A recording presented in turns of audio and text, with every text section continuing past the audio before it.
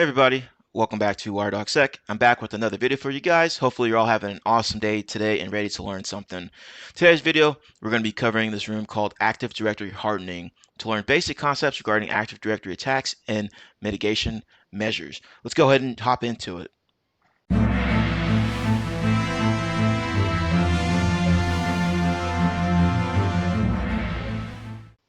All right, y'all, as usual, there's a lot of text to read through here, so I'm just going to skim through a lot of it. But be sure to pause the video or go and check out the room yourself and read the material all the way through. All right, task number 1, introduction. AD is widely used by almost every big organization to manage, control, and govern a network of computers, servers, and other devices. The room aims to teach basic concepts for hardening AD in line with best cybersecurity best practices. Learning objectives, topics that we will cover in this room include secure authentication methods, securing hosts through group policies, and implementing least privilege models, protecting against known AD attacks, recovery plan, post-compromise scenario, prerequisites. Be sure to check out these rooms beforehand if you haven't done so already, and then continue on with this room. Connected to the machine, I'm already connected, as you can see there. So we're going to go ahead and continue on to task number 2. Task number 2 is understanding general Active Directory concept. Domain.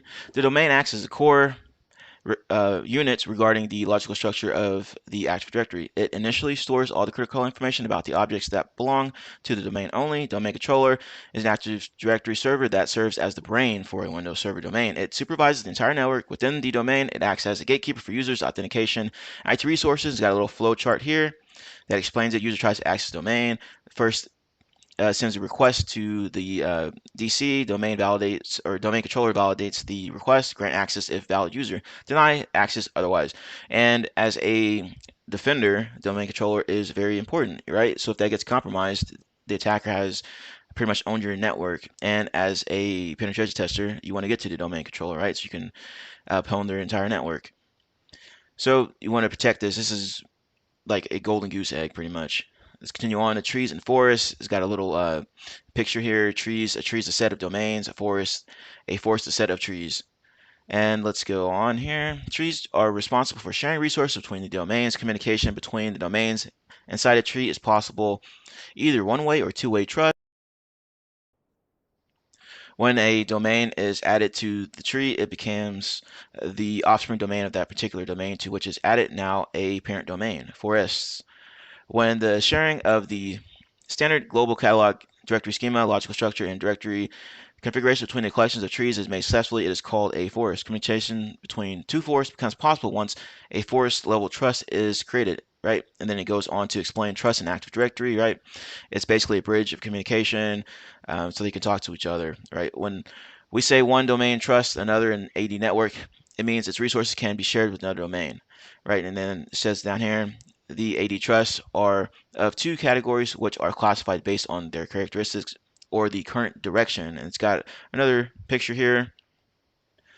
AD trust based on characteristics, transitive trust, non-transitive trust, and an AD trust based on directions, one-way trust or two-way trust. And it goes on to explain even further here. AD trust categorized based on characteristics known as transitive and non-transitive trust. Transitive trust reflects a two-way relationship between domains. If there are three domains, domain A trusts domain B, and domain B trusts or has a transitive trust with domain C. Consequently, domain A will automatically trust domain C for sharing resources. Again, AD trusts are two types of two types when classified on the direction, one-way and two-way trust. You can access the AD trust to the following: server manager, tools, Active Directory, domains, and trust. And it's got the picture here if you want to take a look at that, right? And it says container and leaves. For those familiar, each network part is treated as an object in AD. Anything from resources, user services, or part of the network can be an object. The hierarchy structure of AD defines that an object may or may not contain other objects based on a scenario. When an object holds another object, it is termed a container. Otherwise, it's called a leaf object. It says, what is the root domain and the attached machine? So let's go ahead and check that out. So we're going to take a look at that server manager. See if we can find it here. There we go, server manager. This is loading up. And let's see what it has for us. This machine is kind of slow today. Okay, looks like we're finally getting somewhere. And it wants us to go to Tools here. Then we're going to go to Active Directory, Domains and Trusts. We got right there.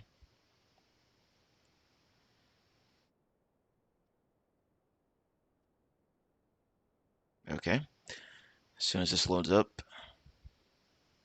But as I stated before, the domain controller is very important, right? If that gets compromised, then your network gets owned. The attacker can do pretty much whatever they want. They can get in there and start dumping all usernames and passwords from the AD, and then get to cracking them offline, etc., etc. And that's going to be this tryhackme.loc looks like the root domain here, so we're going to type that in there, and it should be correct. Tryhackme.loc. Bam. Okay, let's continue on here. Securing. Let's go back up. Securing authentication methods. Task number 3. In this task, we will briefly learn various security authentication methods that can be used for secure communication and ensuring data integrity from one machine to another in an Active Directory environment. We will use the built-in Microsoft tool group policy management editor available in the attached AD machine configuration and various security policies. The instructions to access the tool are below, and it talks about LAN man hashes. The user account password for Windows isn't stored in clear text. Instead, it stores passwords with 2 types of hash representation. When the password for any user is changed and set with fewer than 15 characters, both LM hash, LAN manager hash, and NT hash, Windows NT hash, are generated by Windows and can be stored in AD. The LM hash is relatively weaker than NT and is prone to fast brute force and attack. The best recommendation is to prevent Windows from storing the passwords LM hash. You can access it through the following. All right, so we're going to go through here and then take a look. But yes, as I said, you want to get rid of that. You want to go in and disable um, those landman hashes. They're just garbage, right? You can crack them quickly these days with just a computer you can buy at Walmart. I mean, it's crazy. All right, let's continue on here. It's got a little screenshot of where to go to. All right, so GPO editor, you can see it there. Or you can do it yourself on your machine. SMB signing. SMB stands for Server's Message Block. Generally, Microsoft-based networks utilize protocol for file and print communication. Moreover, it allows secure transmission over the network. Configuring SMB signing through group policy is crucial to detect man-in-the-middle attacks. That may result in modification to SMB traffic in transit. SMB signing ensures that the integrity of data for both client and server. All supported Windows version has an SMB packet signing option. And yes, you would want to enable this as well on your network. That's the best practice. Sometimes, well, I've heard stories that sometimes if you enable SMB signing, some older technologies may or may not work. So be sure to properly test everything in here before implementing it in a production environment. Just have a test group of computers or something like that, and then go forward with that. LDAP signing. Lightweight directory access protocol. LDAP enables locating and authentication resources on the network. Hackers may introduce replay or minimum attacks to launch custom LDAP requests. Therefore, LDAP signing is a simple authentication and security layer SASL property that only accepts signed LDAP requests and ignores other requests, plaintext or non-SSL. We can enable LDAP signing through the following. It tells you how to do it here through GPO. As you can see, you can do all kinds of stuff with GPO if you're managing an entire network of computers, right? You don't want to just go to each and every computer and start enabling these different settings. Why do that? You just do it through GPO, right? It's a lot easier. Anyway, continue on, and that's true. A lot of times when it comes to pen test, they'll use like relay attacks, right, and then end up compromising an account or your entire network or something like that.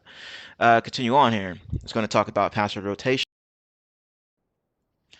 Active Directory password security is critical to address because of security breaches and password reuse.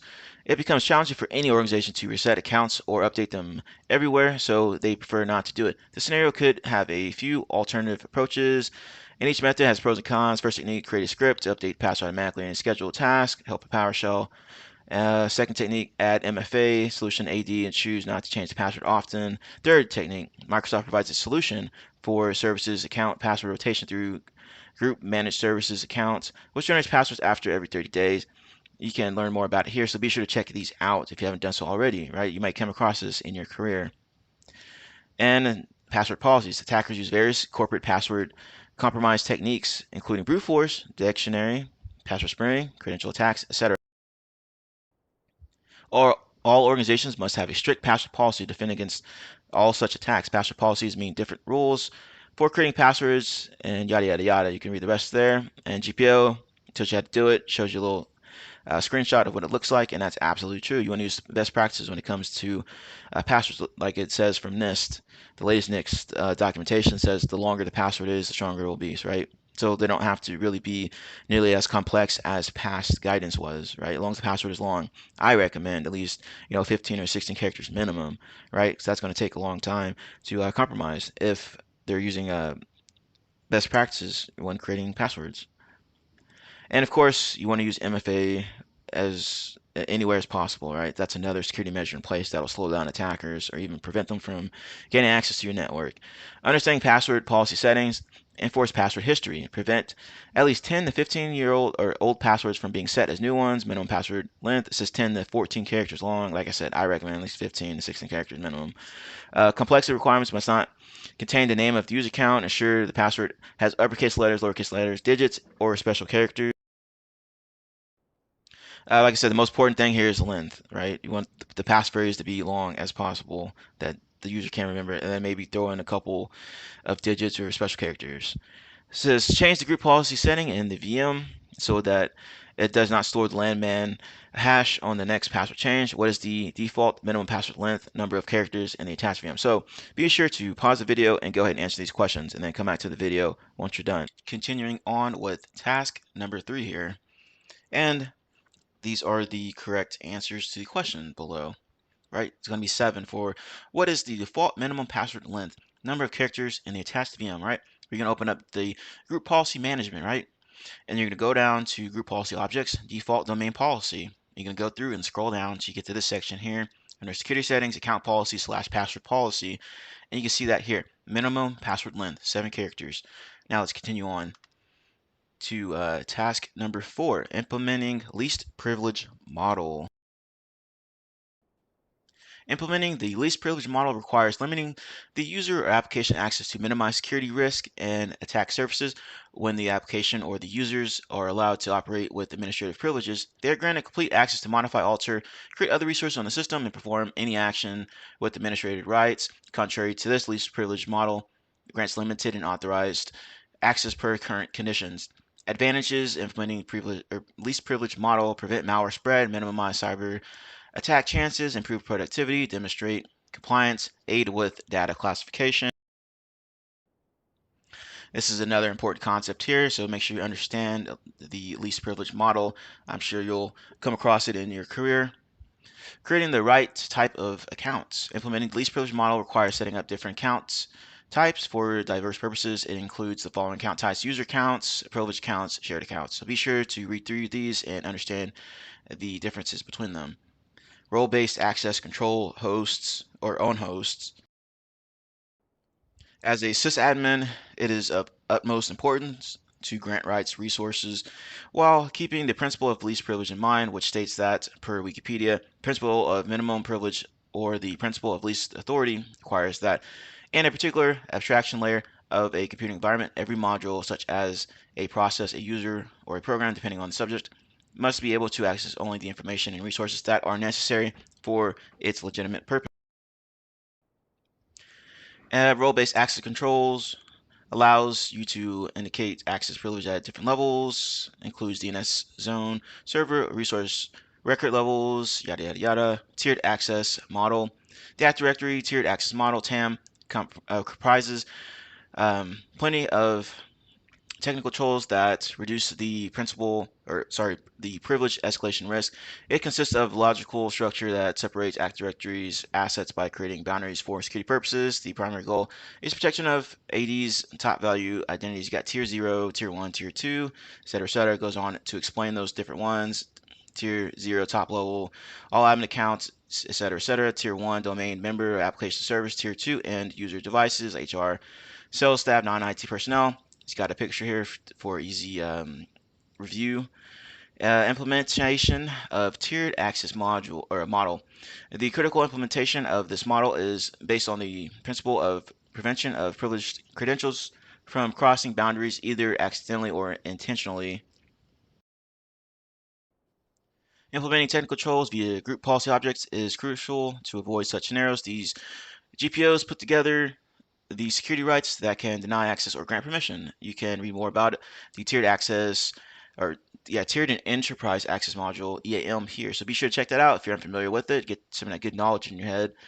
Auditing accounts. Account audits is a crucial task mainly carried out by setting up the correct account, assigning privileges, and applying restrictions. 3 audit types related to accounts must be done periodically: usage, privilege, and change audits. And it goes on to explain everything here. Usage audits allow monitoring of each account specific task and validating their access rights, privilege, yada yada yada. So be sure to read through this and understand it. And down to the questions here. Computers and printers must be added to tier 0, yay or nay. So if you don't remember what it was, be sure to go back up there and review. Suppose a vendor arrives at your facility for a 2-week duration task. Being a system administrator, you should create a high privilege account for him, yay or nay. So be sure to answer these questions and come back to the video. Back to business. The first question here, computers and printers must be added to tier 0. Well, that's going to be nay. Why do you need a computer or printer in tier 0? Tier 0 is pretty much God mode, right? That's for admins and such, as explained up above here. Top level and includes all admin accounts, domain controller, and groups. So there's no reason why those should be in there. And it says a vendor is going to be there for 2 weeks doing a task, and should you make them a high privilege account? And that's going to be no. Why do vendors need to have that level of access, right? A lot of times you'll see conflicting viewpoints, or maybe the organization you're at or the organization that you're assessing doesn't follow these best practices, right? Well, you're there to help them out. You're there to solve problems, right? You need to inform them that this is not the right way to do it, and then give them recommendations on what the right way is. Now let's continue on to task number 5 here.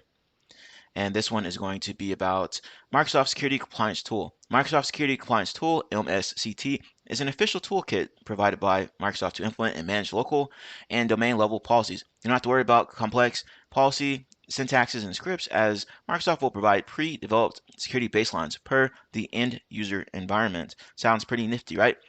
And so be sure to check that out. You can download it through this link here, and it says go to desktop scripts on the VM. So we're going to do that in a second. Installing security baselines. It just goes through here and it tells you how to install it, right? It's pretty easy. Go in here, you're going to download it. It's like click through. That's what it look like. Then you're going to run with PowerShell here. You're going to run that PowerShell script. And then we're going to go down to Policy Analyzer. One of the Security Compliance Toolkit's features is a Policy Analyzer, which allows comparison of group policies to quickly check inconsistencies, redundant settings, and the alterations that need to be made between them. Consider a scenario where plenty of GPOs are applied at diverse levels. There will be conflicting and redundant settings and many more avenues that can be quickly resolved with a policy analyzer. So this sounds pretty freaking useful if you ask me, right? You go through and then launch this particular tool here. It'll go through and compare things, and you can see what's jacked up in your environment, what needs to be fixed, right? And it tells you how to do it here. Once you downloaded Policy Analyzer XE to add and manage local domain level policies, be careful while downloading security baselines, as they should only be downloaded from the official Microsoft Store. That's correct. Make sure you're getting it from here, not from Tom and Jerry's security website or whatever. Answer the questions below. Find and open baseline local install script, and in PowerShell editor, can you find the flag? So we're going to do that here. Find and open merge policy rule script, policy analyzer, and PowerShell editor. Can you find the flag? So pause the video. Be sure to do this in your account on this machine and come back to the video. For this first question here, it wants us to look at the baseline local install script, and that's going to be located in this Windows Server 2019 security baseline. We're going to go to local script, and there's the script right there. And I already have it open inside of PowerShell ISE. For the next question, we're going to locate that merge policy rule one and the policy analyzer folder, right? So you're going to go here, and then we're going to open it up inside of ISE or any text editor that you choose. So let's go ahead and take a look at this first one here. Once you scroll down, you'll see the flag here, THM, yada, yada, yada. And then for that merge policy rule, if you scroll down a little bit, you'll see it here. There you go. Now let's continue on to task number 6. It says protecting against known attacks. If an intruder successfully gains domain admin access, you may consider that the game is over. No one is ready to disclose the company's confidential data or for financial loss.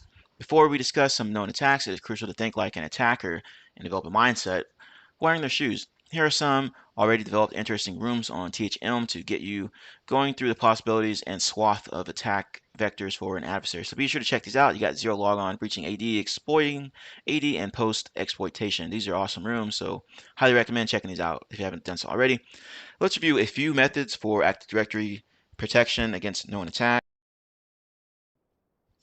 Kerber roasting. Kerber roasting is a common and successful post-exploitation technique for attackers to get privileged access to AD. The attacker exploits Kerberos ticket granting service TGS to request an encrypted password, and then the attacker cracks it offline through various brute force attacks. And I've done this before on exams and such like that. So be sure to read through this and understand how to do that. Even create your own VM environment and try that out yourself.